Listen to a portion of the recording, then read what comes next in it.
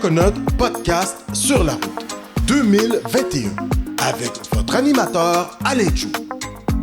Suivez-nous sur les routes du Québec.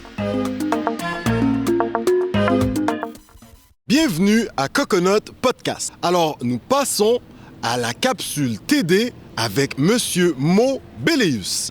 Bonjour, je suis Mo Béléus, directeur régional développement des affaires de la communauté noire au groupe Banque TD. Saviez-vous que votre propriété est un atout de taille pour réaliser vos rêves? Eh bien, je peux vous aider à transformer la nouvelle valeur de votre résidence pour accélérer la croissance de votre entreprise et accompagner vos enfants sur la route du succès. En plus, à la TD, vous pourrez compter sur une foule d'experts pour vous épauler. Alors, appelez-moi au 514-572-8980 ou contactez-moi sur LinkedIn. À bientôt! Mesdames, messieurs, bonjour, Koué. Aujourd'hui, messieurs, dames, nous sommes dans la magnifique région des îles de la Madeleine et surtout, nous avons l'honneur d'être avec l'une des grandes personnalités, pour ne pas dire la personnalité, de l'île. Nous avons l'honneur d'être avec Monsieur le maire, le premier magistrat de l'archipel des îles de la Madeleine. Sans ne plus tarder, c'est avec un ultime honneur que nous accueillons Monsieur le maire Jonathan Lapierre, messieurs, dames. Bonjour. Monsieur le maire, tout un honneur pour nous que vous nous receviez dans votre magnifique région.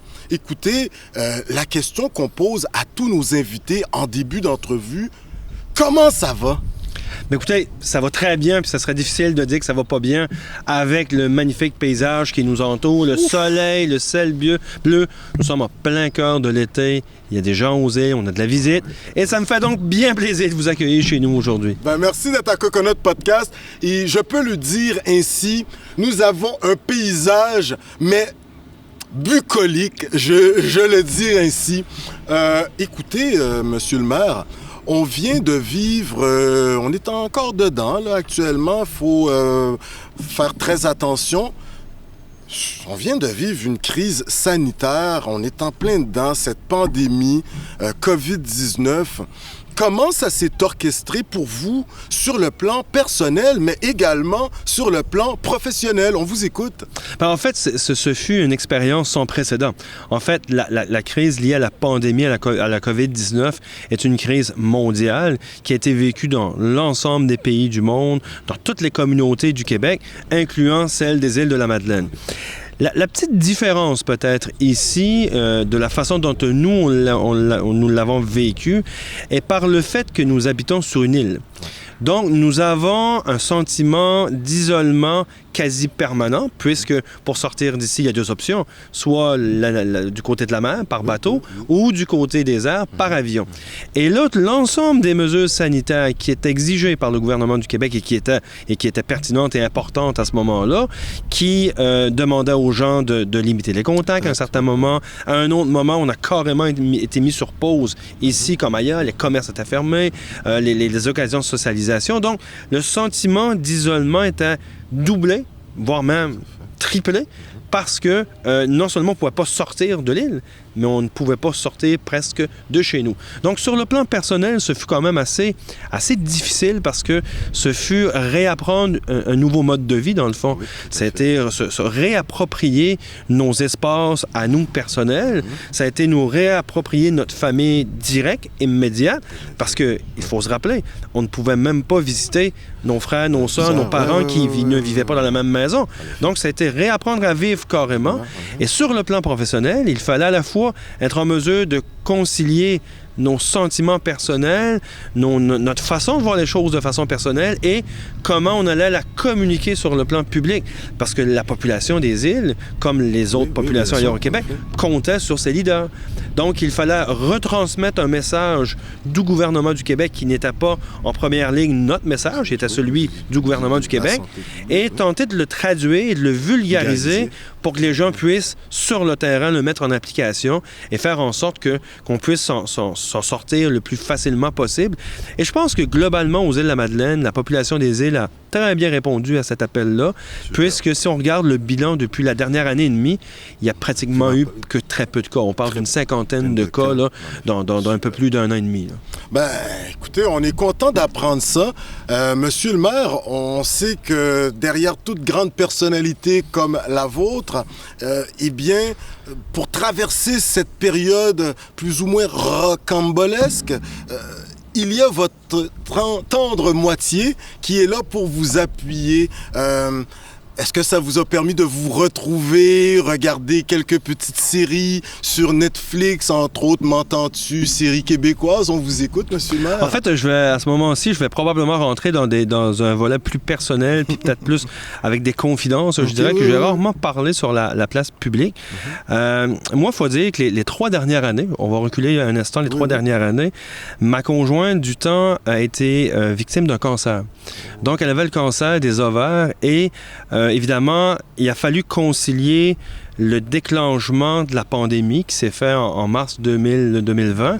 Donc, le début de cette opération pandémie, évidemment, on a dû revoir, comme je le disais tout à l'heure, nos façons de vivre, nos façons de se déplacer. Et évidemment, elle qui était immunosupprimée, il y avait un risque supplémentaire. Moi qui étais la figure publique qui devait quand même aller fréquenter des gens, aller dans divers lieux, il y avait un souci de redoubler de prudence pour ne pas ramener la COVID chez moi qui instantanément aurait pu être fatale pour elle, compte tenu de sa condition de santé. Donc, nous avons ensemble traversé l'année de la pandémie, ou presque, de mars 2021, mars 2020, jusqu'à février 2021. Et malheureusement, le 12 février 2021, ma conjointe est décédée des suites du cancer. Là. Donc, ça a été une année je vous dirais, de tous les sentiments entre, évidemment, la volonté d'être chez moi à la maison et de l'accompagner dans sa fin de vie. Et le fait qu'il fallait, malgré ma situation bien personnelle, qu'il fallait que je continue d'accompagner, évidemment, la population des îles qui, elle, est extrêmement inquiète de ce qui se passait en lien avec la pandémie. Et pour vous donner un exemple, dans cette année et demie-là, j'ai très certainement réalisé environ 150 ou 175 capsules vidéo pour parler directement avec la population des îles sur les différentes mesures sanitaires, sur les différents types de comportements sociaux qu'il fallait adopter, sur, par exemple, les mesures pour sortir des îles, arriver aux îles, que ce soit par avion ou par bateau. Donc, il a fallu concilier tout ça et avec toujours un tiraillement entre le désir d'être chez moi à la maison pour accompagner ma compagne et le désir de continuer de servir le public, servir la population des îles. Donc, ce fut, je dirais, une année exténuante, stimulante d'un certain côté, exténuante de l'autre, sur le plan personnel, évidemment, beaucoup plus personnel que sur le plan politique, puisque sur le plan politique, j'ai dû gérer dans ma carrière plusieurs événements, plusieurs crises. Donc, il y a une certaine habitude qui s'est développée au fil des années, au fil du temps. Mais sur le plan personnel, écoutez, ce fut un drame. Mais maintenant, il faut passer à autre chose, évidemment. Dans la mort, il y a la vie. Et c'est sur cet aspect-là qu'il faut s'accrocher. C'est la vie et la suite des choses. On vous présente nos sympathies, Coconut Podcast. Écoutez, monsieur le maire, en traversant une telle période assez difficile, on sait que les gens des îles sont tricotés serrés. Écoutez, vous, là, vous en êtes vous avez été conseiller, là, vous en êtes presque depuis 2013, là, vous êtes élu, là, donc les gens de la place vous connaissent très bien. On sait que vous êtes des gens très solidaires. Avez-vous senti un appui de vos commettants durant cette période plus ou moins difficile, monsieur le maire?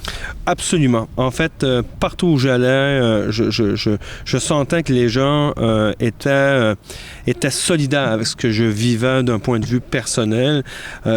Ici, vous l'avez dit, nous sommes une communauté tricotée serrée. Les gens se connaissent ou se reconnaissent les uns avec les autres. Rapidement, on sait très bien lorsqu'il y a un événement ou un drame comme ça qui touche une famille ou un individu, on finit tous par par le savoir.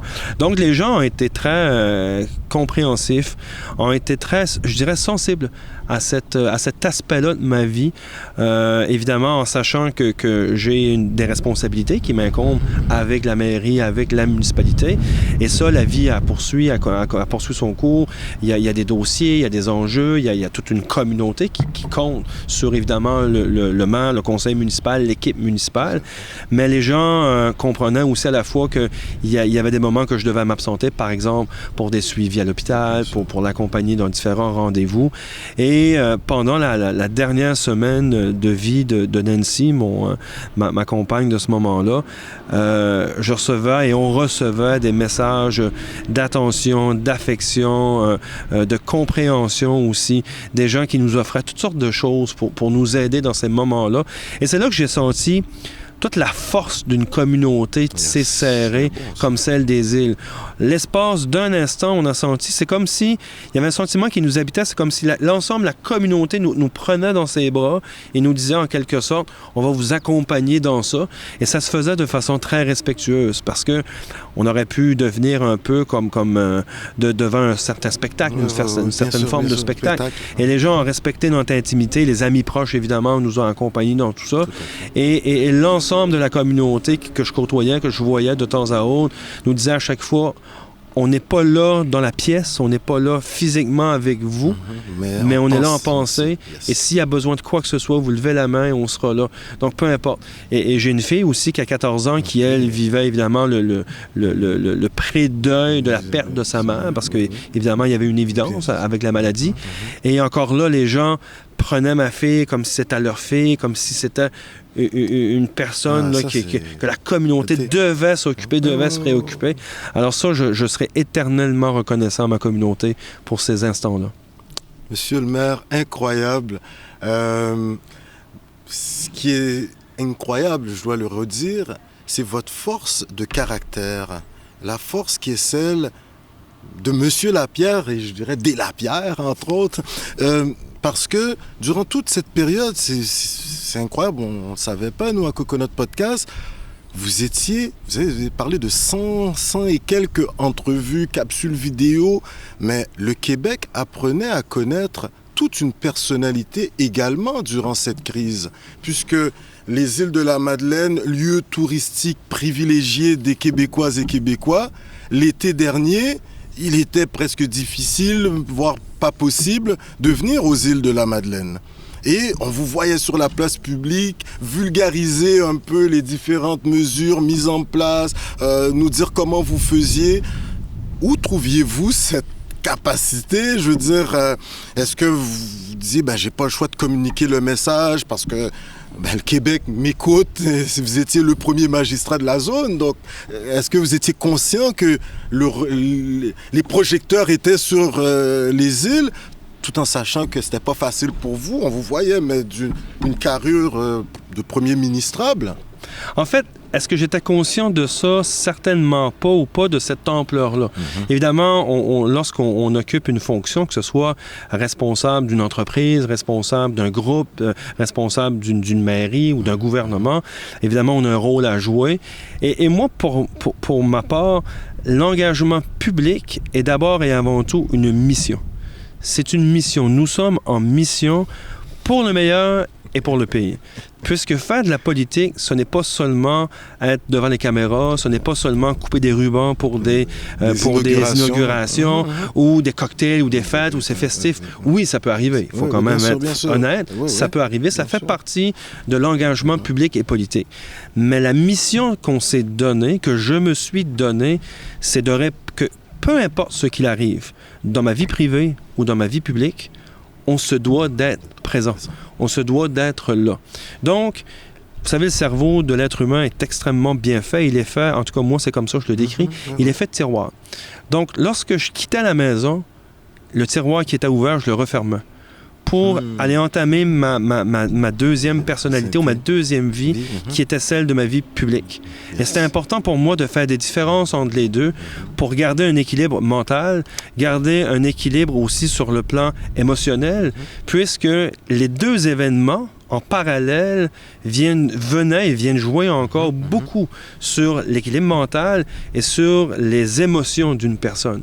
Alors, pour moi, c'était important que ces tiroirs-là, que je puisse les ouvrir, les fermer dans les bons moments. Et c'était surtout très important que la communauté sache qu'elle pouvait compter sur moi malgré ce qui pouvait m'arriver dans ma vie privée. Et c'est là que j'ai toujours dit, depuis 2005 que je fais de la politique municipale, que l'engagement politique n'est pas une banalité. Puisque il y a eu des jours heureux, évidemment. Il y a des jours comme aujourd'hui que la vie est bonne, la vie est belle, évidemment. Les problèmes sont plus ou moins présents. Mais ce n'est pas toujours comme ça. Dans ma carrière de politicien, j'ai connu, évidemment, un naufrage avec l'Acadien 2. Il y a eu des pertes de vie humaines. J'ai connu une crise du verglas en 2012 sans précédent. Pendant une semaine, les gens ont été privés d'électricité. J'ai connu, à travers les années, évidemment, l'écrasement d'avion qui a coûté la vie à Jean Lapierre et une partie de sa famille. Ça aussi, ça a été un événement très dramatique. Et donc, pour en nommer que quelques-uns, et évidemment, à ces moments-là, peu importe comment nous, on se sent sur le plan personnel, peu importe ce qui se passe chez vous, dans ta maison, avec tes enfants, ta famille, ta conjointe, ton conjoint, on doit répondre présent. C'est ça, être un leader. Et moi, pour moi, ça a toujours été ma mission. Incroyable. Écoutez, en ce qui a trait à répondre présent, vous avez répondu à plusieurs reprises à l'appel, si on peut le dire ainsi. On va revenir à ces moments de votre vie dans quelques instants, mais le Québec, pour ceux qui ne regardent pas TVA, Radio-Canada, qui n'écoutent pas les grands médias, CIFM, écoutez, Monsieur le maire, est-ce que vous êtes un parachuté aux îles ou vous êtes un gars de la place, vous êtes un natif natal, comme on dit par chez nous? Un pur laine. Un pur laine. Un pur laine. Écoutez, moi, j'ai 42... Un Madelino. Un Madelino pur laine. J'ai 42 ans. Mm-hmm. J'ai habité presque toujours aux îles de la Madeleine, sauf à une certaine époque, j'ai quitté les îles pour aller pour compléter des études. Et par la suite, j'ai habité quelques années à Québec. Et autour de 2004-2005, j'ai souhaité revenir... j'ai d'abord souhaité faire de la politique. C'est ce qui m'a ramené aux îles de la Madeleine. Et j'avais quand même un réseau de connaissances quand même assez appréciable à Québec, mais je me voyais mal me pointer à la ville de Québec, à un poste de conseiller municipal, moi qui n'étais pas de là, qui venais pas de là. Alors je me suis dit, je vais retourner chez nous. Je vais en quelque sorte, ma mission que je me donnais à l'époque, c'était de redonner un peu à la communauté qui, elle, m'avait tant donné jusqu'à là. Et je suis revenu parce que début 2005, l'année 2005 correspondait avec une année électorale. Donc, je suis revenu ici à l'âge de 25 ans, 26 ans. Et à l'élection de novembre, je me suis présenté au poste de conseiller municipal. À Grande Entrée, mon village natal. Je suis originaire de là. Et j'ai été conseiller pendant 2 ans, pendant 2 mandats, jusqu'à 2013, où est-ce que là, je me suis présenté à la mairie. Donc, je suis quelqu'un qui est très ancré ici. Mes racines profondes sont d'ici. Je vis au rythme des saisons et au rythme des îles de la Madeleine, puisqu'ici, il y a un dicton qui dit « on n'a pas l'heure, on a le temps ». Donc, c'est ça, vivre au rythme des îles. Et j'ai une partie de ma famille qui est encore ici. Mon père est vivant, il habite aux îles de la Madeleine. Ma mère est décédée, mais elle a été enterrée ici. Donc, lorsque je fais référence à mes racines, c'est ça aussi. C'est le fait que j'ai des proches, que j'ai de la famille qui sont décédés, mais qui sont enterrés sur l'île. Donc, pour moi, c'est important d'y revenir. Sur l'île, sur l'archipel, on retrouve certains noms de familles, comme dans d'autres régions du Québec, entre autres les Arsenault, les Lapierre, les De Raspe, pour ne citer que ceux-ci. Lorsque papa, Monsieur Lapierre, père, voit que son fiston est élu pour la première fois à l'hôtel de ville, à la mairie, sa réaction... J'aimerais savoir. Pas pire, celle-là, hein? C'est une bonne question. Et je l'ai raconté à quelques reprises. Écoutez, mon père est un homme que j'apprécie énormément, bien entendu. Mais c'est un homme, je dirais, de peu de mots. Il vient d'une génération qui extériorise que très peu ses sentiments et tout, mais lorsqu'il parle, évidemment, il y a un impact. Il y a un impact, il y a un sens à ces mots. Et évidemment, il m'a toujours encouragé dans ma démarche à sa façon. La soirée électorale, évidemment, c'est une soirée très excitante. Bon, il y a une effervescence, il y a un stress aussi, on entend les résultats et tout. Et les résultats, cette fois-là, la première année, en 2013, sont quand même arrivés sur le tard. À ce moment-là, lui, il avait déjà quitté la salle. Bon, j'étais entouré de mes amis et tout. Le lendemain matin, j'ai eu 2 premiers téléphones. Le premier, c'est un journaliste qui appelait pour un commentaire du maire nouvellement élu. Bon, il y avait tout un contexte électoral à ce moment-là. Il était peut-être autour de 6h moins quart, 6h le matin, quelque chose comme ça. Deuxième appel, je vois sur mon téléphone, papa. Donc, je réponds, oui. Puis là, il me dit de sa voix grave, il me dit bon, là, écoute, là, demain, là, tu leur diras qu'ils bouffent les nids de poule dans telle rue. Là, j'ai dit, papa, c'est parce que là, tu parles au moment. Ah, ça me dérange pas du tout. Dans ces mots, ça voulait dire félicitations, je suis très fier de toi. Bravo. Mais il fallait décoder. Il fallait décoder, mais on connaît son père, là. Superbe. Écoutez, ça, c'est magnifique. On sait que vous allez rentrer à la mairie, bon, comme on disait. Ce qui est intéressant, ceux qui s'impliquent depuis l'école secondaire dans les affaires et la vie étudiante, ben, c'est sûrement eux qu'on retrouve un peu plus tard également sur la scène politique aux îles de la Madeleine. Vous allez remporter l'élection quand une autre pointure, là, quand même, aux îles, Monsieur Arsenault, Joël de son prénom, aujourd'hui lui-même député, quand même intéressant. Et vous allez arriver, jeune, fringant, pimpant à ce moment, vous êtes dans la mi-trentaine, hein, lorsque vous êtes élu maire, et vous allez véritablement axer votre façon de gouverner sur la communication, être proche du citoyen. Une saine gestion, d'accord? Parce que les citoyens, bon, voulaient s'assurer que les deniers publics soient bien gérés. Vous avez vous-même voulu impliquer davantage les conseillers des différentes localités, n'est-ce pas? On parle ici de Cap-aux-Meules, Havre-aux-Maisons, Fatima, Bassin. On parle de Grande Entrée, entre autres. Est-ce que j'en oublie? Bon, il y a Havre-Aubert, Étang-du-Nord, Pointe-aux-Loups, etc. OK, bon. On va continuer à parfaire notre géographie de la place, là. On vient d'arriver. Mais vous allez vraiment axer sur un renouveau. Et les citoyens vont opter pour ce quand même ferré en politique. Vous aviez 2 mandats à la mairie comme conseiller, mais pour cette dynamique nouvelle qui était celle de M. Jonathan Lapierre. On vous a vu, plusieurs grands médias se sont penchés sur les difficultés que pouvait vivre Monsieur le maire au niveau de certains financements ou autres.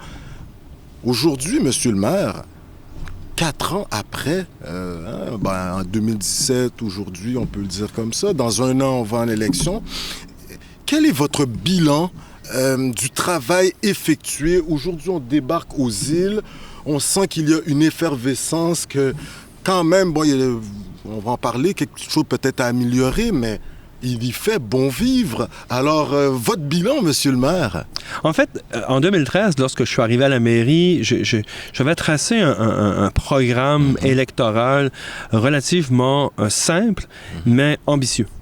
Simple et ambitieux. Et je vais vous expliquer pourquoi. Il faut dire ici aussi un fait quand même assez important. Au municipal, il n'y a pas de parti politique. Donc, chaque membre du conseil municipal est élu de façon indépendante, le maire également. Donc, le maire présente une certaine vision et les électeurs des îles vont lui faire ou non confiance, dépendamment de tout. En 2013, j'ai proposé à la population d'entamer un dialogue avec eux, d'être exactement la même personne que je suis dans les faits, dans ma vie privée. Donc, je leur ai promis que le maire qu'ils allaient élire, s'il me faisait confiance, allait être la même personne qu'ils croisaient à l'épicerie, qu'ils croisaient lorsqu'ils venaient souper chez nous. Ce que vous voyez, c'est ça que ça va être. Et si je vous dis qu'on va faire ça, on va le faire. Et si je vous dis qu'on ne peut pas le faire, peut-être vous ne serez pas d'accord. Mais fiez-vous sur moi qu'on ne pourra pas le faire, de toute façon. Donc, j'ai proposé aux gens d'arrêter de, comme on dit en bon québécois, de pelleter par en avant. Parce qu'on sortait d'une espèce de débat polarisant sur les fusions municipales. On se rappellera, en 2005, en 2001-2005, il y avait eu ce débat-là au Québec. Et pendant 2 ou 3 mandats qui ont suivi jusqu'en 2013, c'était encore ça. On sentait qu'il y avait une partie de la population qui était encore déchirée, puis surtout nostalgique des anciennes municipalités. Oui. Mais pendant que ce débat-là faisait rage, en quelque sorte, sur le territoire des îles, la municipalité, elle, comme institution, n'avançait pas. Donc, les routes étaient peu ou pas entretenues, les bâtiments peu ou pas entretenus, il n'y avait pas de vision de développement, il n'y avait pas cette capacité de se projeter vers l'avant et de dire collectivement, on se voit où et comment dans 5 ans, dans 10 ans, dans 15 ans. Alors, moi, j'ai proposé ça à la population des îles en disant, on va se prendre en main, on va y aller étape par étape, puis on va faire du ménage dans la maison. Et faire du ménage dans la maison, vous ne voulez pas dire on va congédier les gens. Pas du tout. Vous voulez dire on va investir où est-ce que c'est important, où est-ce que c'est moins important, on va le planifier, puis où est-ce que c'est pas important, on va le tasser. Mais on va faire du ménage dans la maison, puis on va avancer. Donc, il y a eu ça. Il y a eu, ça c'était une des premières promesses. La deuxième promesse, c'était de mobiliser les partenaires du milieu. Et ça, c'était important. Il y avait encore là un clivage entre le milieu des affaires, le milieu touristique, le milieu environnemental et la municipalité. La municipalité était comme au cœur de ces partenaires-là, et nous, on était l'empêcheur de tourner en rond. Donc, il a fallu asseoir les différents partenaires et se dire, est-ce qu'on se fait confiance? On partage un point commun qui est notre amour inconditionnel pour le territoire des îles. Yes. Maintenant, servons-nous de cet amour inconditionnel-là pour établir un plan de match, puis surtout développer une vision du territoire qui, parfois, on aura des points de divergence, mais on aura surtout des points de convergence. Yes. Donc, c'est comme ça qu'on a avancé graduellement. Et là, on a mis des plans au niveau des infrastructures. Par exemple, il y avait la mairie qui était un bâtiment complètement désuet. Écoutez, il y avait des infiltrations d'eau. C'était pas accueillant pour les citoyens. C'était pas convivial pour les employés. Là, on sent qu'il y a eu il y a plus que de l'amour. C'est neuf, là, pour moi. C'est pratiquement neuf. Mais on a rénové le bâtiment. Mais écoutez, pour un politicien, vendre à une population qu'on va investir 3 millions dans une mairie, c'est pas le projet le plus vendeur. Mais encore là, on s'est fait confiance. Mais c'est une fenêtre, c'est une vitrine également pour la région. Absolument. Puis moi, j'ai toujours dit, comme citoyen, faut pas, lorsqu'on parle de la municipalité, il ne faut pas voir ça comme étant une bulle extérieure à nous. Non. La municipalité, c'est moi, c'est vous, c'est lui, c'est elle, c'est nous tous, la municipalité. Ça nous appartient. C'est ça qui devrait être un élément de fierté. Oui, c'est à nous, la municipalité. C'est vrai. On peut ne pas être d'accord avec le maire, on peut ne pas être d'accord avec un employé, on peut ne pas être d'accord avec une vision, oui, mais l'institution, elle va toujours demeurer, va toujours être le gouvernement de proximité du citoyen. Donc, il faut la respecter, mais il faut surtout l'alimenter pour aller plus loin. Donc, on a investi dans les infrastructures. La première était la mairie. Les routes, comme je vous disais, on investit année après année dans les routes. Là, au niveau des routes également, même vous avez fait certaines sorties pour un peu attirer l'attention du ministère du Tourisme, à savoir que... Et là, moi, je me dis, mais là, non. Non, on ne peut pas faire nos citoyens des îles payer plus de taxes davantage. Non, c'est pas possible. Mais le Québec a un devoir moral de s'assurer que les routes aux îles de la Madeleine, et là je parle à notre premier ministre, indépendamment qu'on débloque certains crédits, afin que les îles de la Madeleine aient des routes, puisque c'est un lieu par excellence au niveau touristique, une vitrine internationale pour le Québec, le Canada. Moi, je trouve pas ça normal que un 30 millions qu'on a besoin pour 10 ans, mais si ça prend 30 millions à chaque 10 ans pour que les routes des îles soient comme il faut, ben il va falloir, parce que là, qu'on fasse emprunter nos commettants des îles pour qu'ils puissent maintenir à flot leur route. C'est quoi, 1,3 million? 1,5 million, en fait, qu'on fait en termes d'emprunt depuis 2013. Et ce qu'il faut comprendre, c'est que nous, on rembourse l'emprunt sur une décennie, donc sur 10 ans. Et lorsque l'emprunt est remboursé, il faut renouveler l'emprunt, parce que la route qu'on a réparée il y a 10 ans est déjà désuète. Écoutez, ici, il y a un peu plus de 230 km de routes municipales. Avant les années 90, ces routes-là, la plupart, appartenaient au ministère des Transports. Il y a eu la réforme Ryan qui a délesté l'État de ses obligations, de ses engagements. on nous a pelleté dans notre cours les routes sans de budget pour les entretenir. Ce qui fait que, puis là, c'est pas un blâme, c'est un constat, et probablement que si nous, on aurait été là à cette époque-là, on aurait fait la même chose.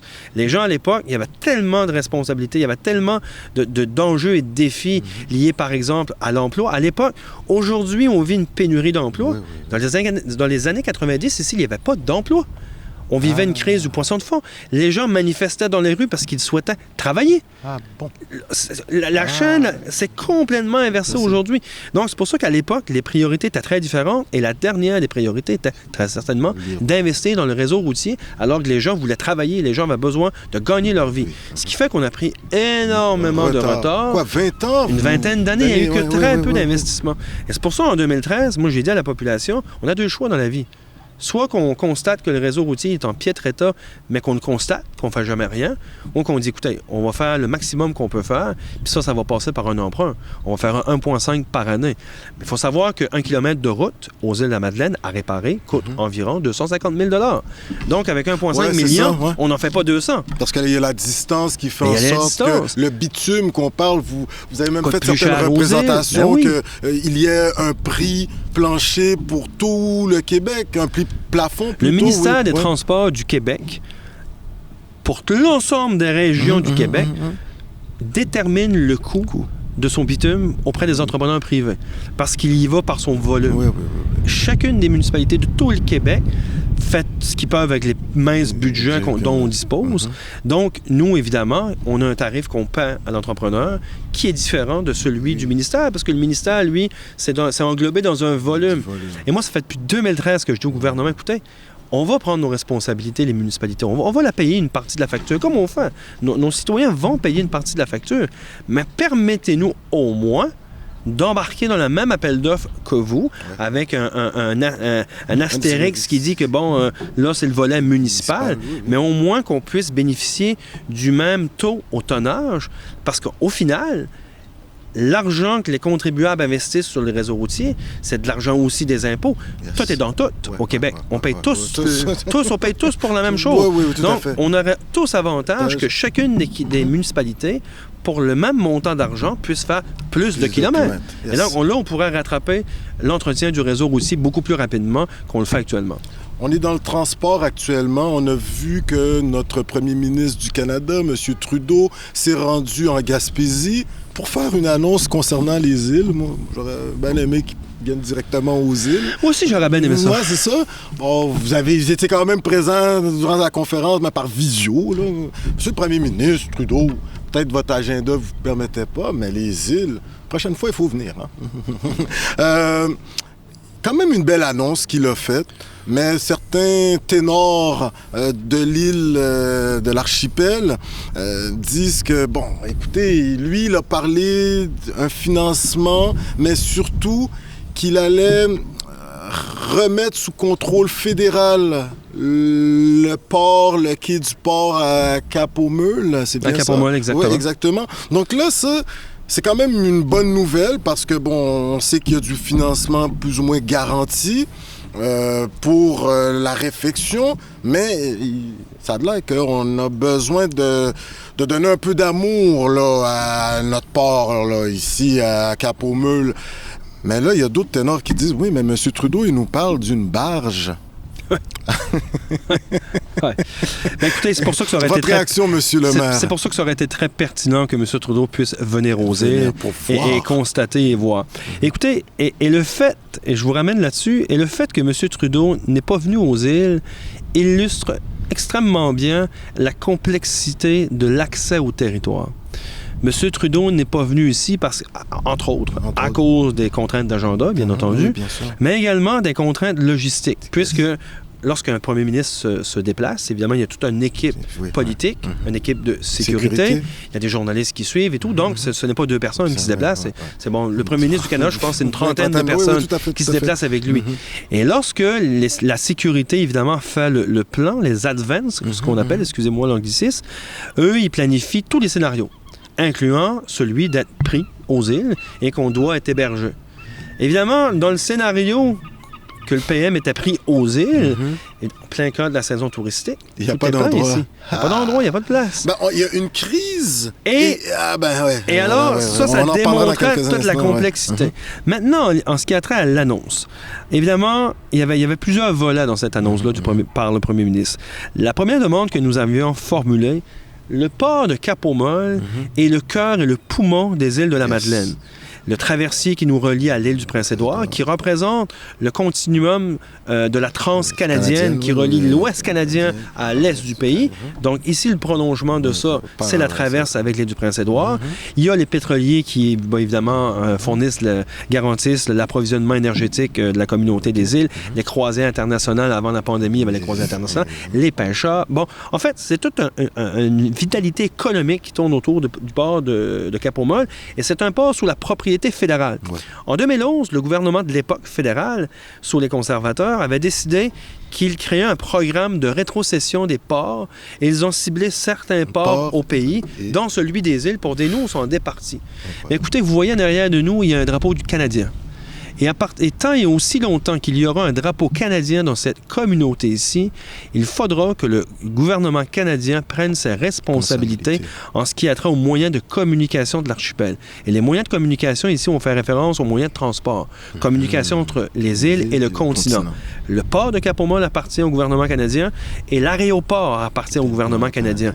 Et le gouvernement se doit d'entretenir, d'investir et d'assurer que ces deux infrastructures-là deviennent des leviers de développement pour la communauté des îles, de façon évidemment sécuritaire et concertée avec le milieu, puisqu'ils ont des volants très forts dans la communauté. Et la fameuse barge illustre le manque de concertation, puisque l'enjeu qu'on a ici dans le port de Cap-aux-Molles, il se doit d'avoir un investissement, ce qu'on appelle à court terme, parce qu'il y a des volants qui ne sont pas sécuritaires, et ça, tous en conviennent.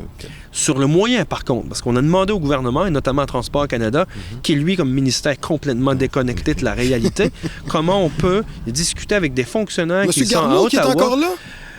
Non, c'est M. Algabra. Omar Algabra. M. Garneau a été souvent, longtemps, ministre des Transports. Mais écoutez, a très peu répondu à nos demandes, malheureusement. Donc, c'est pour ça qu'il faut là améliorer la communication et la concertation pour assurer qu'il y ait la meilleure solution possible temporaire. Évidemment, Trudeau, son équipe politique ont probablement fait le travail auprès des fonctionnaires de transport. Et il y a quelqu'un dans le groupe de fonctionnaires qui a eu l'ingénieuse idée de dire on va aller porter une barge qu'on va approcher sur le flanc du quai et ça va extensionner finalement par défaut. Mais écoutez, la barge, lors de tempête, imaginez-vous. Donc, évidemment, pour les groupes, pour les pêcheurs... sont-ils venus aux îles au mois d'automne lorsque... Nous les cherchons encore. Vous avez, Monsieur le maire, fait allusion à l'une des probabilités qui a peut-être empêché Monsieur le Premier ministre de venir aux îles. Même l'équipe de Coconut Podcast, nous avons dû faire usage nous sommes devenus des funambules en ce qui a trait à la capacité de se trouver lieu où rester. Merci à l'hôtel Madelino, merci à la récréation, entre autres. On leur fait un peu de publicité. On sait qu'il y a une crise plus ou moins, là, des fois qui est présente, même l'été, elle est claire, elle est là. Une crise du logement, là, appelons, je me sentirais à Montréal quasiment, mais une crise du logement aux îles de la Madeleine. On a même eu peur, il n'y a pas si longtemps, il y a quelques semaines, que certaines familles n'aient pas de lieu nécessairement de grande famille où résider. Vous avez même pris les devants avec certains organismes que je vous laisserai citer, mis à la disposition, le cas échéant, certains locaux avec tout le nécessaire afin d'accueillir ces familles. Ça, c'est une belle décision prise par l'administration qui est la vôtre. J'aimerais vous entendre là-dessus. Oui, en fait, il y a une situation, une crise en ce qui a trait au logement qui est québécoise et qui est à la limite canadienne et qui frappe depuis quelques années déjà la communauté des îles qui s'est je dirais, amplifié les 2 dernières années. Et il y a plusieurs facteurs externes, internes, qui expliquent ce phénomène-là ou cette situation-là. Et un des plus importants est le suivant. Les îles de la Madeleine, depuis les 150 ou 200 dernières années, se sont développées avec un modèle très précis, celui du propriétaire occupant. Oui. Les gens sont propriétaires de leur maison unifamiliale. Et si on regarde l'ensemble du paysage, c'est à peu près ça qu'on voit. Très peu de blocs appartements, comme on pourrait voir du côté de Montréal. Il y a quelques appartements, quelques-uns, mais non pas pour suffire à la demande. Ce modèle-là a tenu la route jusqu'à un certain moment. Moi, lorsque je suis revenu aux îles en 2005, ça fait pas non plus 100 ans de ça, le modèle, à l'époque, qui était encore connu et répandu chez les jeunes de mon âge à ce moment-là, moi j'avais 25-26 ans, dans la vie, en général, c'était on va à l'école, on a un emploi qu'on va rester 25 ou 30 ans dedans, on va s'acheter une famille, on va se marier ou avoir une conjoint, fonder une famille, un petit chien, un petit chat, et ainsi va la vie. Aujourd'hui, la nouvelle génération, autant les jeunes que les boomers qui, après une vie professionnelle, reviennent à la retraite, ne veulent plus avoir ce genre de responsabilité-là ou ce genre d'ancrage-là, je dirais, de s'occuper d'une maison et tout ce qui vient avec. Donc, ils veulent avoir un appartement ou louer une propriété. Ce qui met une pression énorme sur le territoire et sur le parc immobilier des îles, puisqu'il n'y en a pas. Il n'y a pas ou très peu de logements. Mais il y a même des gens qui partent l'été. Ils louent leur résidence afin d'accommoder les touristes et ça leur fait... Oui, mais l'industrie touristique, elle, inversement, et vous le constatez parce que vous avez expliqué d'entrée de jeu votre difficulté à trouver un hébergement, l'industrie touristique, c'est un choix qui a été fait il y a 25 ou 30 ans, un choix collectif. Ici, vous voyez que très peu d'hôtels. Oui, c'est vrai. Il y a 2 ou 3 hôtels, il y a quelques motels, quelques auberges, c'est tout. Le parc d'hébergement touristique s'est développé chez l'habitant. Donc, les propriétaires madelinots ont décidé, pour éviter qu'on se retrouve avec des chaînes d'hôtels et que ça vienne dénaturer le paysage des îles, on s'est dit, nous allons louer nos propres maisons. Donc, nous, on va sortir de nos maisons pendant la période estivale. On va s'acheter un campeur, un veilleur, peu importe, un Winnebago. On va sortir de chez nous et on va joindre l'utile à l'agréable. On va faire un revenu qui est hyper intéressant. Et comme ça, l'industrie touristique, nous en sommes propriétaires. Ce qui est très différent de Percé, qui, elle, inversement, a vécu un problème d'invasion, puisqu'on voyait des entreprises, on voyait des intérêts externes à la Gaspésie débarquer à Percé, acheter des maisons à gauche, à droite, et en faire des lieux d'hébergement Airbnb. Alors là, nous, c'est pas ce phénomène-là. Mais évidemment, l'industrie touristique contribue aussi à mettre une pression, puisque ces propriétés-là qui sont louées de façon temporaire ne sont pas louées non plus à l'année, mais en même temps, ces propriétés-là aussi sont occupées par des Madelinos qui vivent ici à l'année. Donc, c'est un effet presque nul. Pas dans tous les cas, mais presque nul. Donc, pour nous, nous avons décidé à la Ville de tenter de comprendre pourquoi, s'il y avait une si forte demande, qu'il y avait si peu de promoteurs immobiliers. N'importe quel économiste du monde entier va vous dire que, généralement, c'est la demande et l'offre ou l'offre et la demande. Sauf aux Îles-de-la-Madeleine. Il y a une quantité de gens qui se disent à la recherche de logements, mais il y a une poignée de promoteurs immobiliers qui disent « Nous, on va construire des logements ». Et ceux qui le font à coût de 2 logements, 3 logements, 4 logements, tout au plus. Les îles n'ont-ils pas droit... les îles n'ont-elles pas droit à cette partie de l'enveloppe du gouvernement québécois qui a trait au logement social? Est-ce que c'est quelque chose qui intéresserait les Madelinos peut-être pour les jeunes familles, les personnes moins en moyens? On a le droit à ces enveloppes-là en termes de logement social. Et il y a du logement social ici. À date, c'est quand même correctement répondu. Je dirais pas bien, correctement répondu. Les enveloppes sont là. Où est-ce que le bas blesse, je vous dirais, c'est lorsqu'il faut évidemment loger des professionnels qui travaillent dans les différentes commerces, industries du territoire. Évidemment, il y a un déséquilibre entre la courbe démographique et la main-d'œuvre disponible. Donc, il y a de plus en plus d'emplois disponibles et de moins en moins de monde. Donc, il a fallu, finalement, là, ce que je suis en train de vous dire, il a fallu réagir et agir sur tous les volets. On ne pouvait pas isolément agir seulement sur le logement, parce qu'il fallait agir sur la communauté. C'est un tout. En fait, on a longtemps travaillé en regardant l'arbre et en évitant de regarder la forêt. Et là, il faut regarder la forêt, éviter de regarder l'arbre seulement. Donc, ce que j'allais dire tout à l'heure, on a regardé la courbe démographique qui était en diminution depuis bon nombre d'années ici. On s'est dit, on va frapper un mur. Parce que dans une population captive comme celle des îles de la Madeleine, il faut avoir une masse critique populationnelle pour maintenir les services, pour maintenir une vitalité économique, oui, une vitalité sociale collective, mais les services. Se payer un aréna, c'est pas le Saint-Esprit qui la paye. Et je veux bien qu'il faut qu'il y ait des payeurs de taxes. Donc, ça prend une masse critique. Et il y avait l'autre défi qui s'en venait, puis on le voyait venir de loin, celui-là, qui était les difficultés liées à la main-d'œuvre. Moins de population, moins de main-d'œuvre disponible et active pour combler les emplois. Donc, on s'est doté d'une stratégie d'attraction. À partir de 2017, on a vu un effet direct sur la courbe démographique. Donc là, on est dans une poussée sur une lancée en termes de croissance. Donc, beaucoup de gens sont venus s'établir ici. Qui viennent des grands centres, entre autres. Qui viennent des grands centres, mais aussi, il y a beaucoup de jeunes qui avaient un plan de carrière d'aller au cégep, à l'université de Madelino, et après ça, partir pendant quelques années, travailler. Et donc, ils ont changé d'idée. Qui ont dit, on retourne chez nous aux îles parce qu'il y a un dynamisme, parce que c'est intéressant, parce qu'on peut participer activement à l'effervescence de la communauté. Donc, stratégie d'attraction, combinée avec, évidemment, on amène du monde aux îles. Ces gens-là, première question qu'ils nous posaient, avez-vous des garderies? Donc, il a fallu travailler sur le volet des garderies. Et là, évidemment, le ministère de la Famille ne suit pas la même vitesse. On n'est pas sur la même vitesse, là. Nous, on est dans une Formule 1 et eux, des fois, parfois, sont une auto, tout ce qu'il y a de plus banal. Donc, il fallait équilibrer. Exactement. Donc, il fallait équilibrer tout ça. Et on a dû, avec les grands employeurs des îles, on fait référence à CTMA, l'ECAIS, la commission scolaire, le CIS des îles, il a fallu créer de toutes pièces une nouvelle garderie pour nos propres employés, garderie privée, non subventionnée, pour nos employés, pour désengorger le réseau public. Donc, encore une fois, on vient pallier, on vient suppléer aux responsabilités gouvernementales comme municipalité. Et c'est pas peu dire. Donc, il a fallu stratégie d'attraction, attirer des gens, garderie, travailler pour le réseau public puisse croître en fonction de notre courbe de croissance populationnelle. Il a fallu aller plus vite, créer notre propre garderie privée.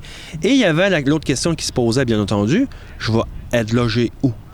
Donc, dans la vie, on peut toujours voir le verre à moitié plein, à moitié vide. S'il y a des gens qui n'ont pas de logement, c'est parce qu'il y a des gens qui ont trouvé des logements. Donc, tout n'est pas noir, tout n'est pas blanc. Il y a des gens qui trouvent des logements aux îles. Mais il y a quand même une quantité, une préoccupation que je partage, à la fois pour la population résidente locale, les vrais Madelinos, et ceux et celles qui viennent ici, qui emménagent ici pour l'emploi. Donc, on a collé à ça une série de programmes incitatifs. Écoutez, un promoteur immobilier qui crée un appartement ici, ou 2, ou 10, ou 15, peu importe le chiffre, ne paiera pas de taxes municipales pendant 5 ans. C'est quand même une mise de fonds intéressante.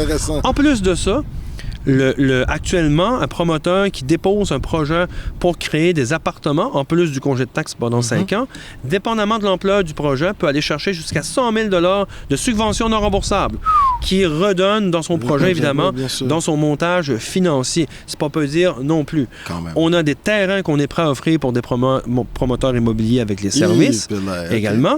Et on a construit, il y a quelques années, 2 ans de ça, un nouvel aréna 2 glaces pour remplacer 2 autres anciens bâtiments. Ces 2 bâtiments-là, plutôt que de les démolir, on les a donnés par appel de projet à la communauté. Et ces 2 arénas-là, maintenant, sont convertis en unités d'habitation. Donc, une douzaine de logements du côté de Fatima et bientôt, du côté d'Avron-Maison, 22 logements qui vont être créés dans l'ancienne aréna. Donc, tout ça pour tenter de stimuler le marché de l'habitation et surtout d'envoyer un message que on peut construire, on peut inverser la tendance actuelle, puis on peut surtout surmonter le défi. Et à travers tout ça, il y a eu la situation de l'été. Donc, évidemment, on s'est retrouvés en mai avec des gens qui nous disaient, ben moi, OK, oui, le plan sur 1 an, sur 2 ans, sur 3 ans, c'est correct, mais en juin, j'ai pas plus de logements. Donc là, il a fallu faire un travail de fond, je dirais, parce qu'évidemment, on rentre dans des situations très personnelles. Chacun a sa situation à elle particulière. Parfois, c'est des situations financières, parfois c'est de la santé mentale, parfois c'est toutes sortes de raisons qui appartiennent à chacun. Et on s'est dit, il faut impérativement avoir un filet de sécurité. Et le filet de sécurité, ça a été de récupérer une partie de l'ancienne aréna d'Avron-Maison et d'ouvrir un centre d'hébergement temporaire pour l'été, pour la période estivale, pour s'assurer qu'une personne, par exemple, 1 ou 2 ou plusieurs personnes qui se retrouvaient sans toit puissent avoir quelque chose de décent propre, afin de se décent loger. et sécuritaire Oui. pour se loger. Superbe. Écoutez, monsieur le maire, deux petites questions avant qu'on termine. Incroyable. Je pense qu'on va repasser à chaque été, puis on va venir s'entretenir avec monsieur le maire, monsieur le député un moment donné, puis monsieur le premier ministre une autre fois. On sait Exact, jamais. on sait jamais. Ouais, C'est pas ouais, jamais. ouais. Je pense que les îles de la Madeleine, ouais. Ils vont nous envoyer un grand homme d'État là, à l'Assemblée nationale. Monsieur le maire, on sait qu'aux îles, écoutez, on retrouve une diversité linguistique également. On a une communauté, d'après nos recherches, 5% de la population des îles est quand même anglophone. Ça, c'est intéressant. On n'est pas loin de l'île du Prince-Édouard, on a le Nouveau-Brunswick pas trop loin, mais même historiquement parlant, on a toujours eu une présence anglaise sur l'île. Les rapports, l'apport de la communauté anglophone, quelques bons mots pour eux. J'aimerais vous entendre, monsieur le maire. En fait, on est d'abord et avant tout une très grande famille. Madelino. Indépendamment de notre langue, qui vient évidemment exprimer certaines différences linguistiques et même historiques aussi, parce qu'évidemment, les francophones, les anglophones ont chacun des parcours historiques similaires, mais qui ont quand même certains points de différence. Ici, la communauté des îles, une île, une ville, sauf le secteur de Grosse-Île, qui en fait est une municipalité à proprement dit. Super. Donc, la communauté anglophone de Grosse-Île, qui représente autour de 500 personnes, sont une municipalité à part entière, dans laquelle ils ont une place dans ce qu'on appelle la MRC. Oui, Ici, on appelle ça la communauté maritime. Donc, la mairesse de Grosse-Île, ma collègue de Grosse-Île, travaille sur le plan presque quotidien avec nous et on a des rapports. Parce Vous êtes vice-président de la MRC ou... Non, je suis président de la MRC. Ouais. Je suis vice-président de la Fédération québécoise des municipalités du Québec, qui est un autre dossier. Je vous dis, on va vous voir sur la scène provinciale, monsieur le maire. Et l'île qui est en arrière de nous ici, qui est l'île d'entrée, qui est aussi une communauté anglophone, elle est rattachée à la municipalité des îles. Donc, on a un rapport cordial, on a un rapport évidemment... En fait, moi, je ne fais aucune différence entre un anglophone et un francophone. Peu importe le langage, peu importe la couleur. On est des Madelinos, on est des gens qui partagent un lieu, un territoire, un espace de vie. Et ce qui doit nous unir, c'est les principes de vivre ensemble. C'est certainement pas les différences linguistiques ou les différences de couleur ou les différences de nationalité. C'est le vivre ensemble dans une communauté qui est unique, qui est fabuleuse, qui a une riche histoire et surtout qui est devenue ce qu'elle est devenue par la capacité de résilience de ses habitants, anglophones ou francophones. Ben, je pense que le message est passé. Messieurs, dames, si vous êtes en quelque part au Québec et que vous souhaitez vivre dans un endroit où il fait bon vivre, la qualité de vie mais impeccable, je pense que monsieur le maire, il vient de vous dire qu'aux îles de la Madeleine, vous êtes plus que les bienvenus. Monsieur le maire, pour terminer, les attraits touristiques dans la région. On sait qu'il y a nos frères et sœurs là, qui habitent sur l'île d'entrée qui ont dit « Monsieur le maire, il y a beaucoup de touristes là, qui viennent nous voir, qui viennent faire le tour en bateau, qui viennent faire des petites promenades. Installez-nous plus de toilettes. » Là, ça a l'air que vous avez répondu à leur demande. Les attraits touristiques, monsieur le maire, écoutez, c'est pas ça qui manque là, aux îles.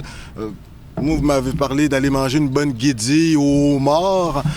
Quoi d'autre, monsieur le maire? En fait, il y a beaucoup d'attraits touristiques, puis il y en a pour tous les goûts. C'est surtout ça, il y a une diversité. L'île d'entrée avec la Big Hill est assurément le meilleur et le plus beau point de vue qu'on peut avoir sur l'ensemble de l'archipel. C'est le point, en fait, le plus haut de l'île. En fait, l'île d'entrée est fragile, est petite, il faut être respectueux du territoire et de l'environnement, mais si vous avez la chance d'y aller, allez-y. C'est le secret le mieux gardé du Québec, l'île d'entrée. Par la suite, il y a évidemment la Grave dans le secteur d'Avrobac, qui est un lieu historique, c'est un lieu qui est dynamique, qui est situé évidemment à l'extrémité des îles, qui est un incontournable aussi. On a la côte à l'étang du Nord, qui offre des points de vue merveilleux, au Baligny du côté de Fatima. Évidemment, toute l'effervescence, la vitalité dans le secteur de Cap-aux-Molles. Havre-Maison, c'est ce qu'on appelle un parcours gourmand qui est fantastique. Le fumoir d'antan, la fromagerie, la méduse, qui est du verre soufflé. On peut parler du barbocheux, par exemple. La fameuse bagosse à Léonce qu'il faut goûter. C'est l'alcool des îles. L'alcool des îles. Il y a du miel aussi qui est produit du côté d'Havre-Maison. Et j'en oublie, j'en passe. Évidemment, mais c'est un lieu... De bonnes tablées également. De bonnes tablées. On a des bons restaurants un peu partout sur l'île. Évidemment, du côté de Pointe-aux-Loups, le secteur Dunes du Nord, les plages de sable blanc qui sont en perte de vue sur des kilomètres et des kilomètres. À Grosse-Île, il faut absolument aller à Cap-Dauphin et aller dans la zone portuaire chez, évidemment, ce qu'on appelle au Fish Shack. Des produits de la mer qui sont incroyable, accessible. Petit shack éphémère, là. Petit shack éphémère, évidemment, ouvert en saison. Toutes sortes de produits, des lobster rolls, des pétons avec une légère paneuse. Qui sont vraiment succulents.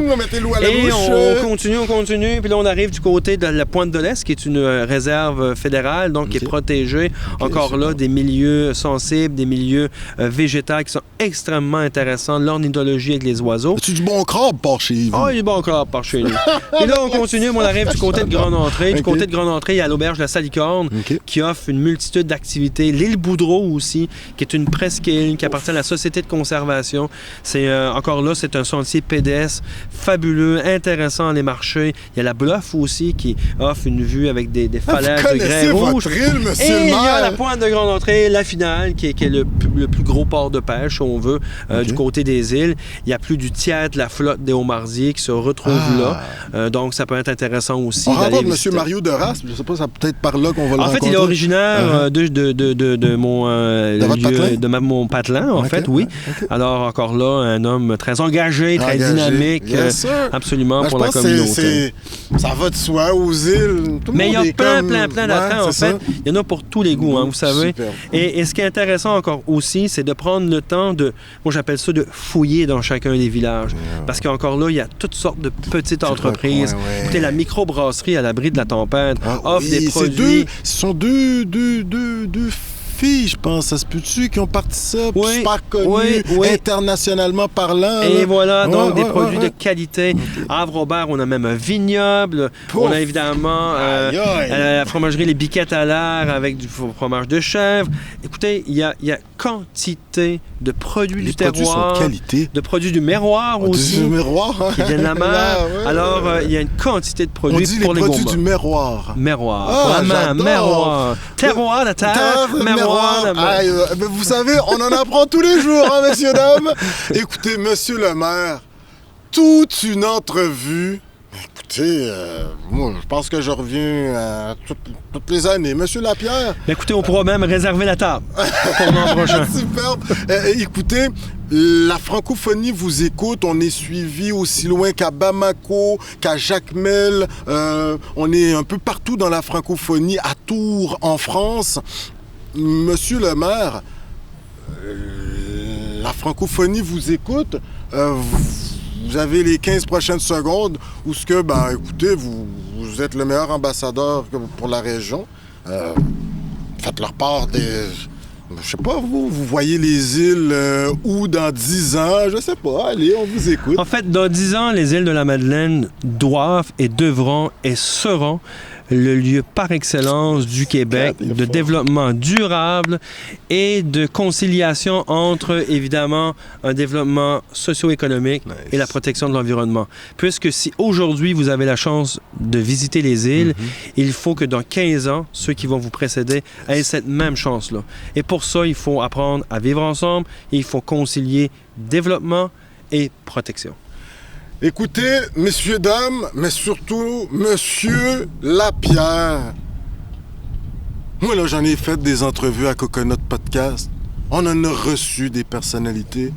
Mais là, je pense qu'il va falloir qu'on vienne faire une genre de rencontre avec les Madelinots pour leur dire, je pense que lui, là, on va vous le prendre, puis on en a besoin au niveau national, parce que la répartie, vous vulgarisez de manière, vous maîtrisez vos dossiers. Je pense que quand vous avez voté pour votre dynamisme, en tout cas, vous n'avez rien perdu depuis le temps que vous êtes rentré en politique. J'espère, il ne faut pas le perdre. Il faut cultiver le dynamisme. Écoutez, on vous souhaite la meilleure des chances. Vous êtes vraiment Merci beaucoup. Une grande personnalité qu'on vient de faire la découverte aujourd'hui. Puis ce n'est que partie remise. Ce n'est que partie remise. En toute fin d'entrevue, on a appris à le dire ainsi. Les Inuits nous disent Chinashkumitin. Les Algonquins nous disent Miigwech. Les peuples des Premières Nations dans la région de Montréal, nos frères et sœurs, nous disent Niawen. On revient du côté des Abénaquis, dans le centre du Québec. Ils nous disent « Oléone ». Alors, monsieur le maire, on continue à se promener en Acadie, on va rencontrer certains de nos frères et sœurs des Premières Nations, on va apprendre d'autres langues afin de pouvoir le partager avec le reste du Québec. Et puis nous, en créole, on vous dit merci, merci, merci. On fait juste enlever le R. Donc, merci à vous. Messieurs, dames, oui, nous étions avec le premier magistrat des îles de la Madeleine. Je pense l'endroit le plus bucolique, notre coup de cœur à Coconut Podcast. On en a fait des régions et je vous invite à découvrir en respect des lieux les îles de la Madeleine. Sur ce, messieurs, dames, comme j'aime bien le dire en toute fin d'entrevue, on se revoit aux îles de la Madeleine avec notre prochain invité. Vous allez faire toute une découverte. Et messieurs, dames, je vous dis Niawen et à la prochaine. Au revoir. Merci.